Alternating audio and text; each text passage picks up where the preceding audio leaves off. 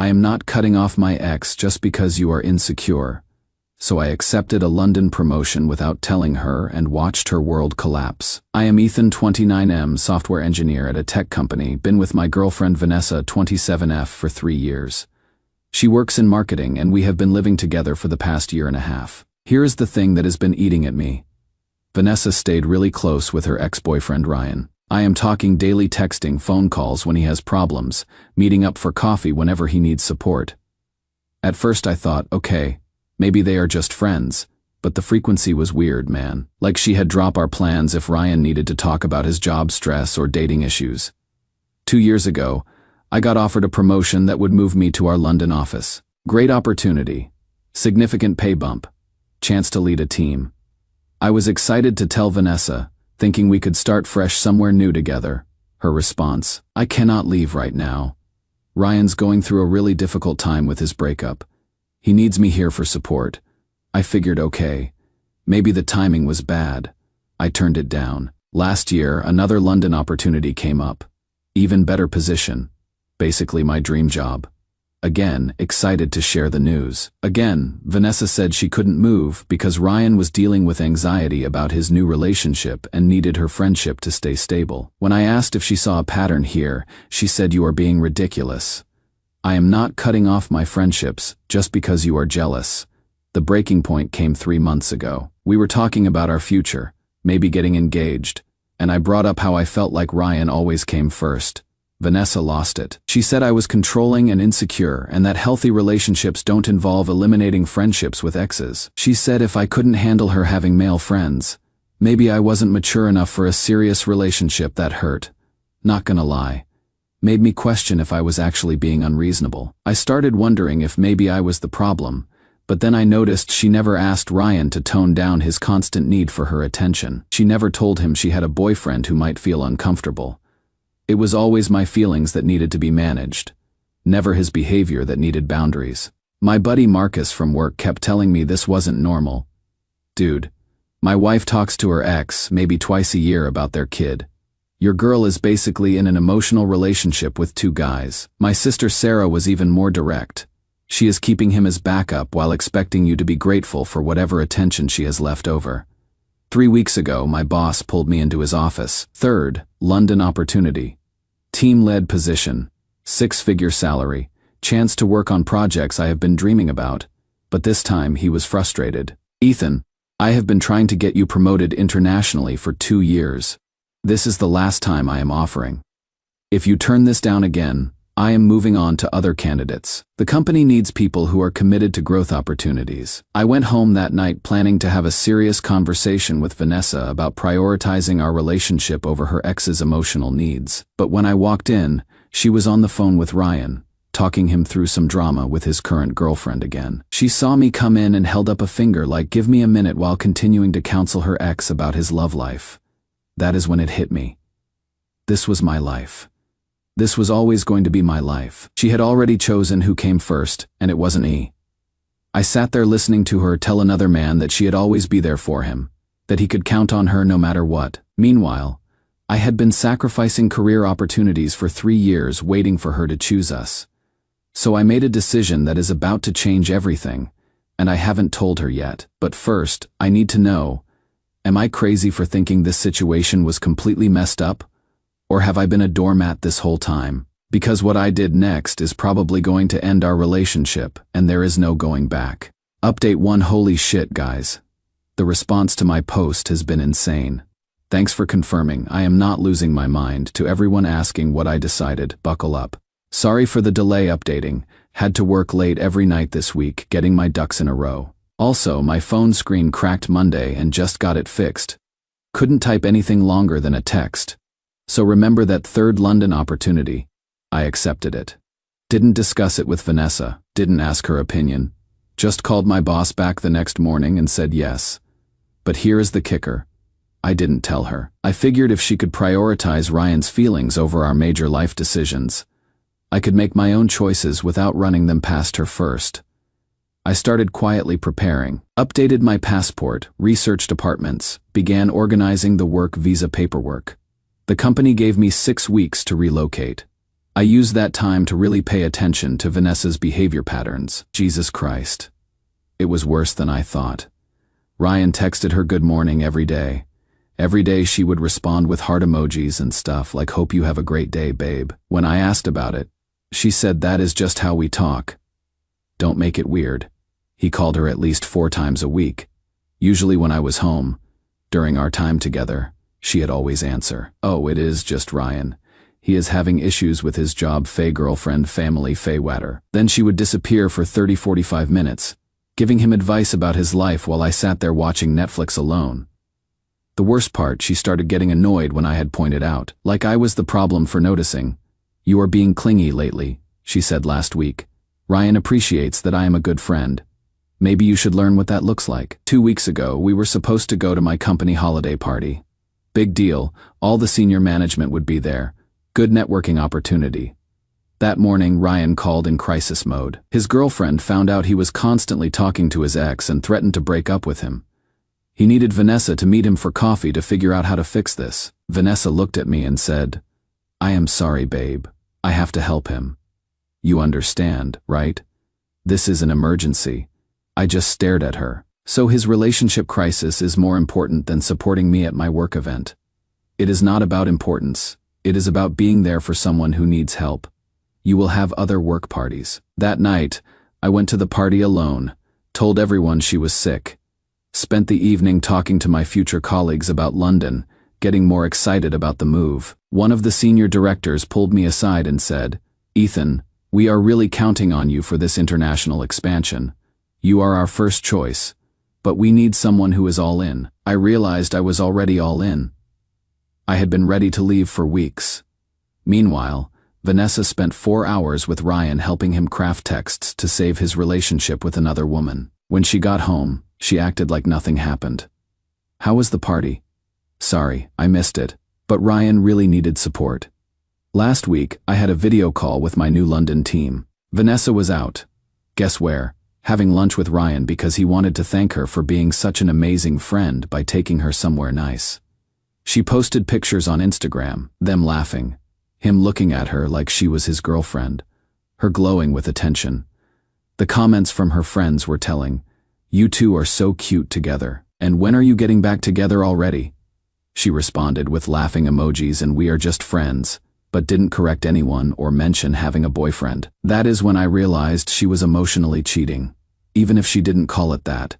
She was getting boyfriend-level emotional intimacy from Ryan while giving me roommate-level priority, and I had been enabling it by sacrificing my career to accommodate her need to play relationship counselor to her ex. 3 days ago, I got my visa approval. Flights are booked for next Friday. I have been accepted for a flat viewing in Canary Wharf this weekend via video call. My new boss sent me a welcome package with London guidebooks and restaurant recommendations, but I still haven't told Vanessa I am leaving. Here is why.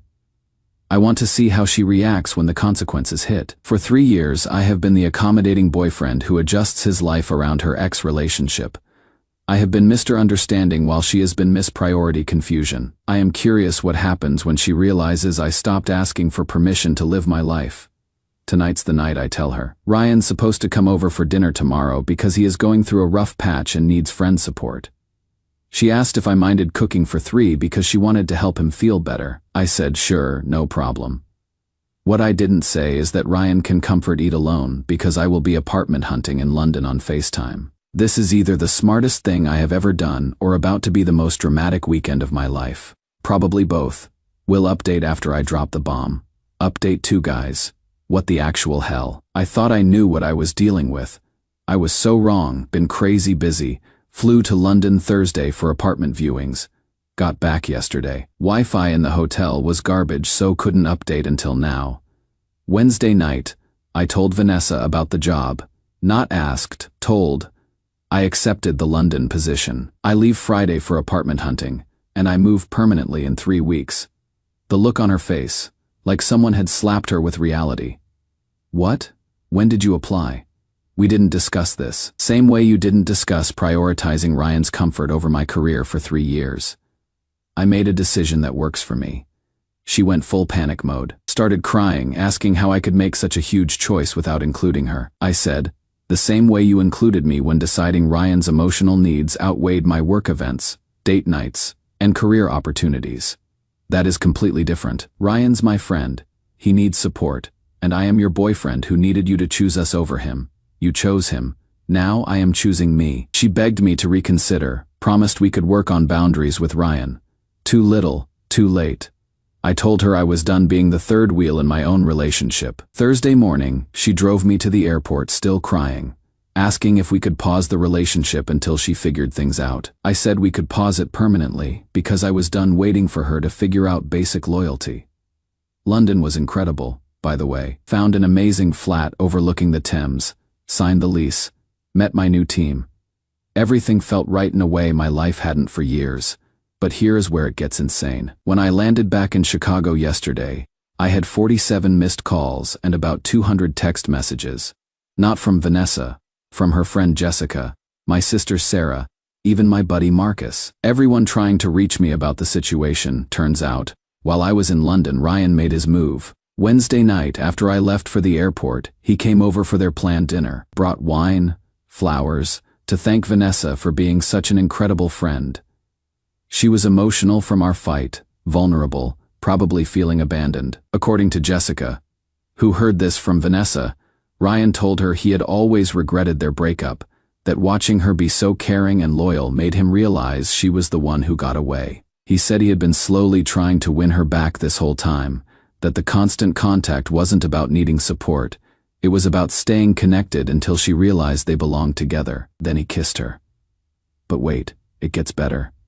Vanessa, apparently in shock, asked him about his current girlfriend. Ryan laughed and said he had been planning to break up with her anyway, that she was just a placeholder while he waited for Vanessa to be available again. That is when Vanessa realized she had been played. Ryan hadn't been the loyal friend needing support. He had been systematically undermining our relationship while positioning himself as her emotional safe space. Every crisis, every need for support, every time she chose him over me, it was manipulation, not friendship. She kicked him out, then spent Thursday night calling me crying, getting voicemail because I was on a plane. Left messages begging me to call back, saying she finally understood what I had been trying to tell her, that she was sorry for not seeing Ryan's real agenda. By Friday, when she couldn't reach me, she drove to my office. My boss told her I was out of the country on business. She asked when I would be back, and he said permanently, he will not. Ethan relocated to London for a promotion.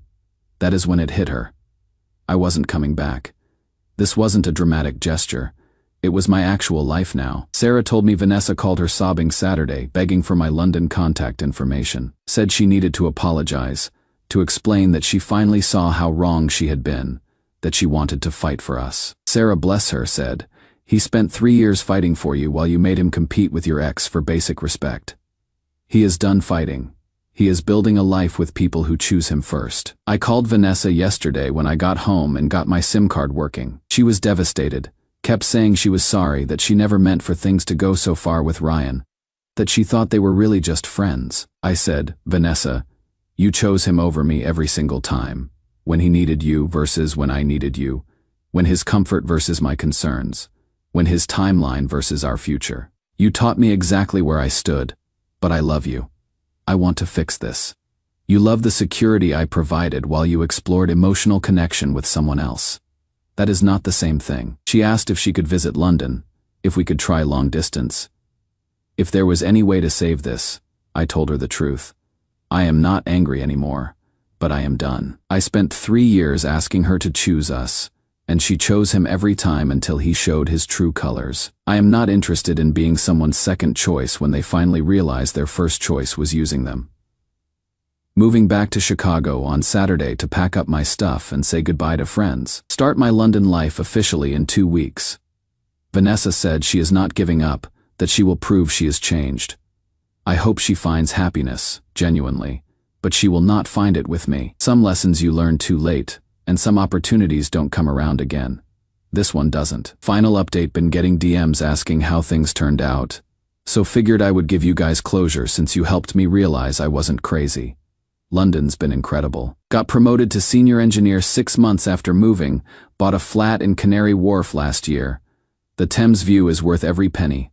Work's challenging, team's brilliant, And I love the city. I am dating someone, Emma, 28F.